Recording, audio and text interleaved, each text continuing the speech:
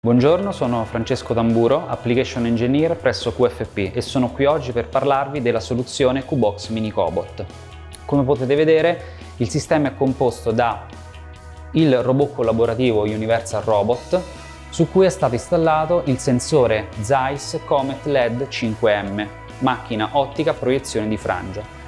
Inoltre è composto ovviamente dal suo basamento e da una tavola rotante di portata fino a 300 kg che ci consente un rapido posizionamento del pezzo con uno staffaggio limitato e quindi ci consente di movimentare il pezzo durante la nostra misura. Come si può notare, il sistema è estremamente compatto, di dimensioni ridotte e quindi ben si adatta a qualsiasi sala metrologica. Inoltre, come vedremo, è un sistema altamente flessibile e facile da utilizzare. I vantaggi che comporta sono ovviamente dati dall'unione dei vantaggi del robot collaborativo e della soluzione ottica Zeiss. Per quanto riguarda il robot collaborativo, come abbiamo detto, alta flessibilità e facilità nell'uso e nella programmazione. Per quanto riguarda invece il sensore Zeiss, il sensore Comet, questo ci consente delle misure estremamente accurate con una minima preparazione del pezzo e, come potete vedere, con un minimo attrezzaggio. Il sistema può essere utilizzato in diversi ambiti, in diversi settori, partendo dallo stampaggio plastica, stampaggio lamiera, fusione, presso fusione e quant'altro.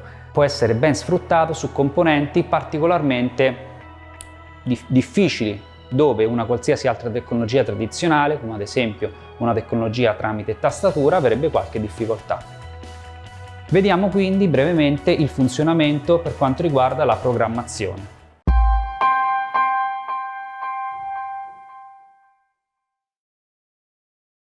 La programmazione è estremamente intuitiva e semplice grazie al software che è integrato nella macchina.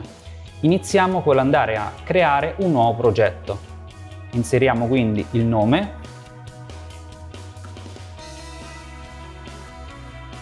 e clicchiamo su Avanti.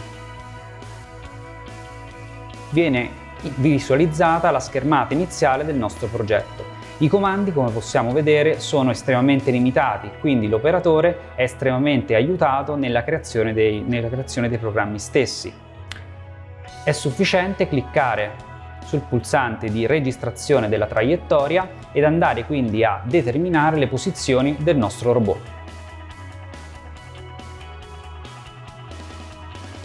Essendo il robot collaborativo, il posizionamento è estremamente semplice. Ed inoltre, grazie ai puntatori laser presenti sullo strumento, è possibile inquadrare in maniera semplice e intuitiva il nostro oggetto.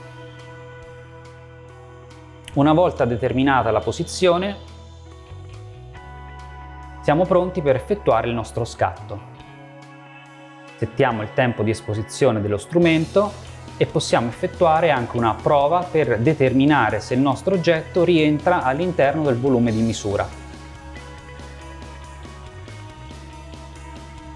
Come possiamo vedere nell'anteprima schermo, il componente rientra nel volume di misura dello strumento e quindi possiamo accettare il nostro scatto.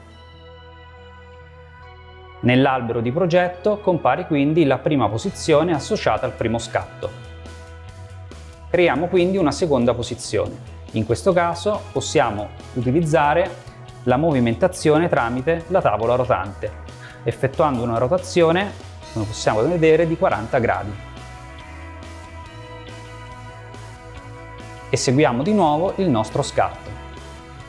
Stessa schermata vista precedentemente, siamo pronti per effettuare la seconda misurazione.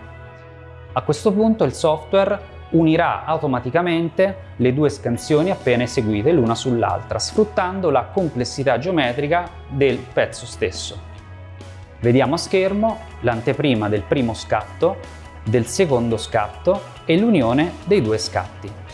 Il software ha effettuato in maniera automatica l'allineamento e ci dà un messaggio del successo dell'operazione.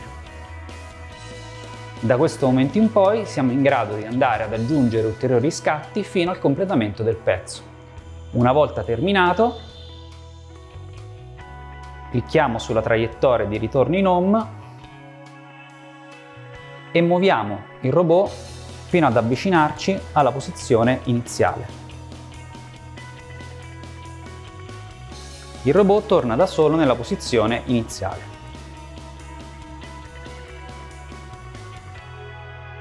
Possiamo a questo punto salvare il nostro progetto, che può essere eseguito anche in automatico. Ora spostiamoci dal funzionamento manuale al funzionamento automatico, girando l'opportuno selettore. Inoltre, chiudiamo il progetto appena salvato e spostiamoci nella modalità automatica. Come possiamo vedere, il software ci consente di scegliere fra un numero di programmi già precompilati, già rilasciati. Selezioniamo quindi il programma di nostro interesse ed avviamo il ciclo di misura. Possiamo avviare il ciclo di misura.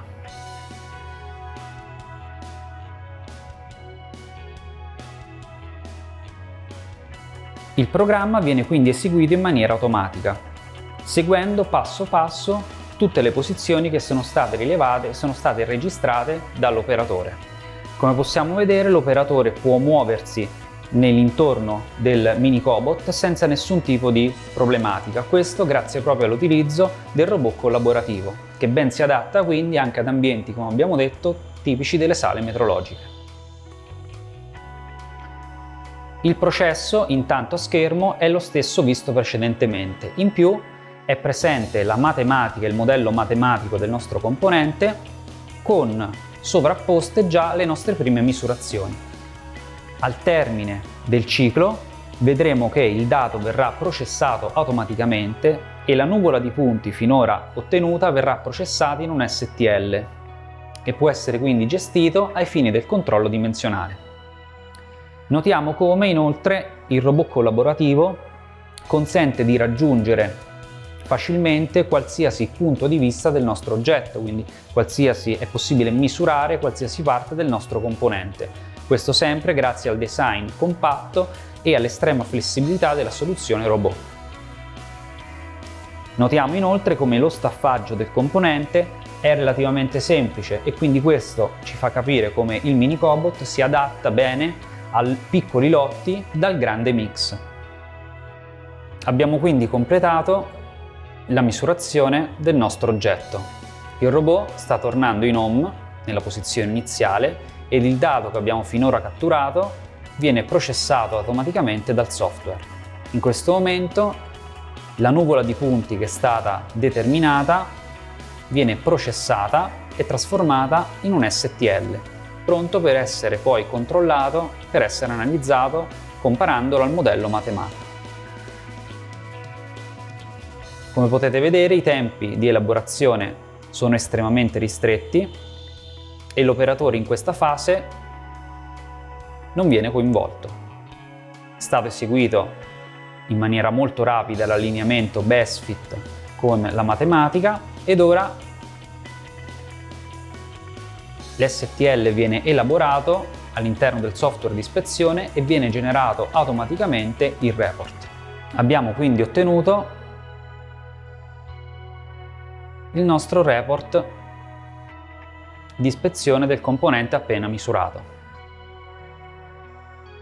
Vediamo quindi come sono visibili il modello CAD, l'STL elaborato e la verifica dell'allineamento.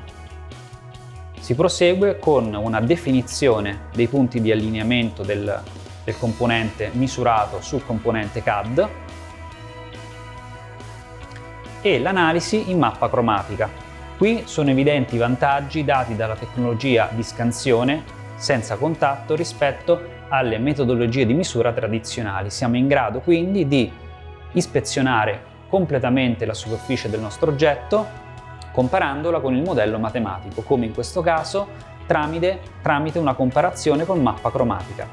Si osserva quindi che le zone caratterizzate da maggior materiale, quindi oltre il modello matematico, sono evidenziate in rosso. Al contrario, le zone con mancanza di materiale sono evidenziate dalla colorazione blu.